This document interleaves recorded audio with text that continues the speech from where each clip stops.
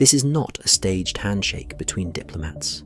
It's not a press conference. What you're watching is a dictator holding a child hostage, on camera. August 1990, 5-year-old Stuart Lockwood, a British boy, stands inches from Saddam Hussein. The Iraqi leader rests a hand on his head, smiles, and asks, "Are you getting your milk, Stuart?"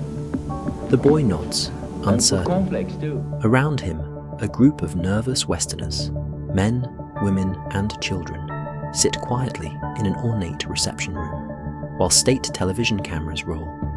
The atmosphere is eerie, surreal, and the world is watching. Just weeks earlier, Iraq had invaded Kuwait, seizing its oil-rich neighbour in a bold and destabilising act of aggression. As the region plunged into crisis, thousands of foreign nationals, many from the UK, the US, and Europe, were caught inside Iraq and occupied Kuwait. Rather than allow them to leave, Saddam Hussein made a calculated and deeply disturbing decision.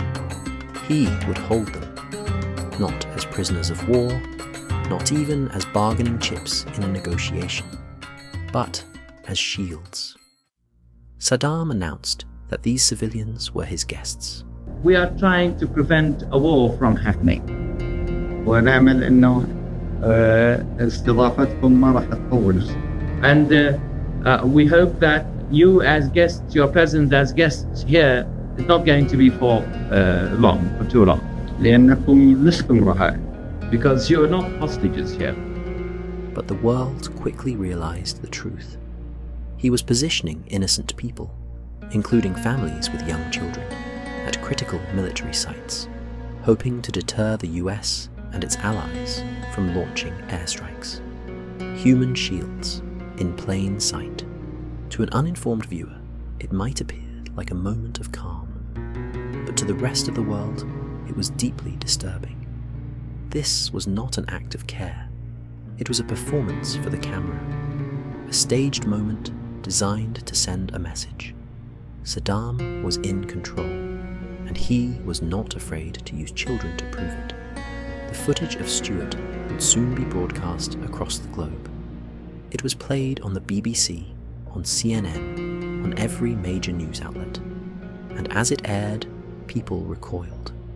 The image of a little boy being used in a geopolitical game shook the public and sparked global outrage. British Foreign Secretary Douglas Hurd called the stunt contemptible. The US condemned it as psychological warfare. It became painfully clear to the international community that these hostages were not just being detained, they were being weaponized. And for Saddam, the strategy was clear. Project Power, humanize his regime, and stall the growing momentum toward war. But the stunt had the opposite effect. It reinforced the world's perception of Saddam not as a rational actor, but as a manipulator willing to exploit the vulnerable in front of millions.